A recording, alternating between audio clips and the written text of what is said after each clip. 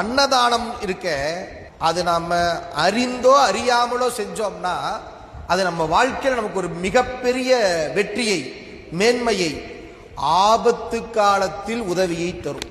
ஒரு வீடு வீடாக போய் சில பொருட்களை விற்பனை செய்கிற ஒரு சின்ன பையன், அவன் வீடு வீடா போய் வியாபாரம் பண்ணிட்டு இருக்கிறான். அன்னைக்குன்னு பார்த்து அவனுக்கு சாப்பாடே கிடைக்கல. அதனால அவன் என்ன பண்ணா, அப்படியே ஒவ்வொரு வீடா போனா. ஒரு வீட்டில் ஒரு சும்மா இருந்தாங்க, அவங்களும் ஏழை, பார்த்தாலே தெரியுது. சோறு கேட்கலான்னு நினைச்சான், ஆனா மானம் தடுத்தது. என்ன பண்றது, சரி வேண்டாம் அப்படின்ட்டு, அம்மா கொஞ்சம் தண்ணி கிடைக்குமா அப்படின்னு அந்த அம்மையார் கிட்ட கேட்டான். அந்த அம்மையார் அந்த பையனை பார்த்தாங்க, அவன் கண்ணில் பசி தெரிஞ்சது. உடனே என்ன பண்ணாங்களாம், அவங்க வீட்லயும் ஒன்றும் இல்லை. அந்த அம்மா என்ன பண்ணாங்க, இருக்கண்ணா வரேன் அப்படின்ட்டு உள்ள போய் ஒரு டம்ளர் பால் இருந்துச்சு, அந்த தண்ணிக்கு பதில் ஒரு டம்ளர் பாலை கொண்டாந்து கொடுத்தாங்க. குடிடா கண்ணா அப்படி கொடுத்தாங்க. அந்த பையன் வாங்கி குடிச்சிட்டு அவனுக்கு அப்படியே கண்ணில் தண்ணி வந்துருச்சு. நம்ம பசியோடு இருக்கிறத அந்த அம்மா புரிஞ்சுக்கிட்டாங்க. இந்த அம்மையார் அந்த பையனுக்கு பால் கொடுத்தாங்க, அவனுக்கு அப்படியே கண்ணில் தண்ணி வந்துருச்சு. அம்மா நன்றி அப்படின்னா. உடனே அந்த அம்மா சொன்னாங்க, சிவசிவா அதெல்லாம் ஒன்றும் தேவையில்லைப்பா, இது இறைவனுடைய கருணை, போயிட்டு வா அப்படின்ட்டாங்க. உடனே அந்த பையன் போயிட்டான். காலம் உருண்டோடியது.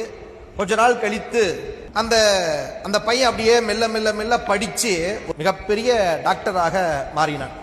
அந்த அம்மையார் அந்த பையனுக்கு சோறு போட்டாங்க இல்லையா, அந்த அம்மையார் பார்த்தீங்கன்னா காலத்தால வயசாகி போய் ஒரு தீவிரமான ஒரு நோய், அந்த அம்மையார் ஹாஸ்பிட்டலில் சேர்த்தாங்க.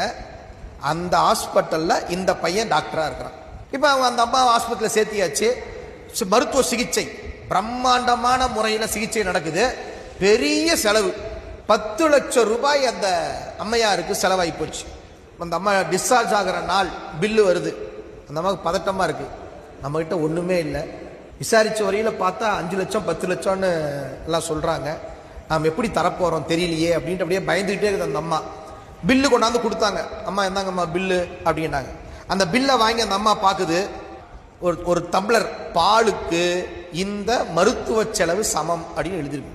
அந்த அம்மாவுக்கு ஒன்றுமே புரியல, என்னடா இது அப்படின்னு அது பார்த்துட்டு இருக்குது. அந்த பையன் டாக்டர் வரான். அம்மா வணக்கம், என்ன அடையாளம் தெரியலையா? இல்லையேப்பான், ஒரு 15 வருஷம் 20 வருஷத்துக்கு முன்னாடி நான் ஒரு முறை உங்கள் வீட்டுக்கு வந்து தண்ணி கேட்டேன், நீங்கள் பால் கொடுத்தீங்க. அன்றைக்கு அந்த பால் தான் என் உயிரை காப்பாற்றியது. அதற்கு நன்றி கடனாக நான் இன்றைக்கு உங்களுக்கு இந்த மருத்துவ செலவை நானே ஏற்றுக்கொண்டேன்னு சொன்னான். பாருங்களேன், அந்த தர்மம், அன்றைக்கு எந்த விதமான எதிர்பார்ப்பும் இல்லாமல் செய்த அந்த அன்னதானம், ஒரு டம்ளர் பால் 10 லட்சம் ரூபாயாக பெருகி இருக்கிறது என்று சொன்னால் அந்த அன்னதானத்தினுடைய பெருமையை நாம் என்னவென்று சொல்வது?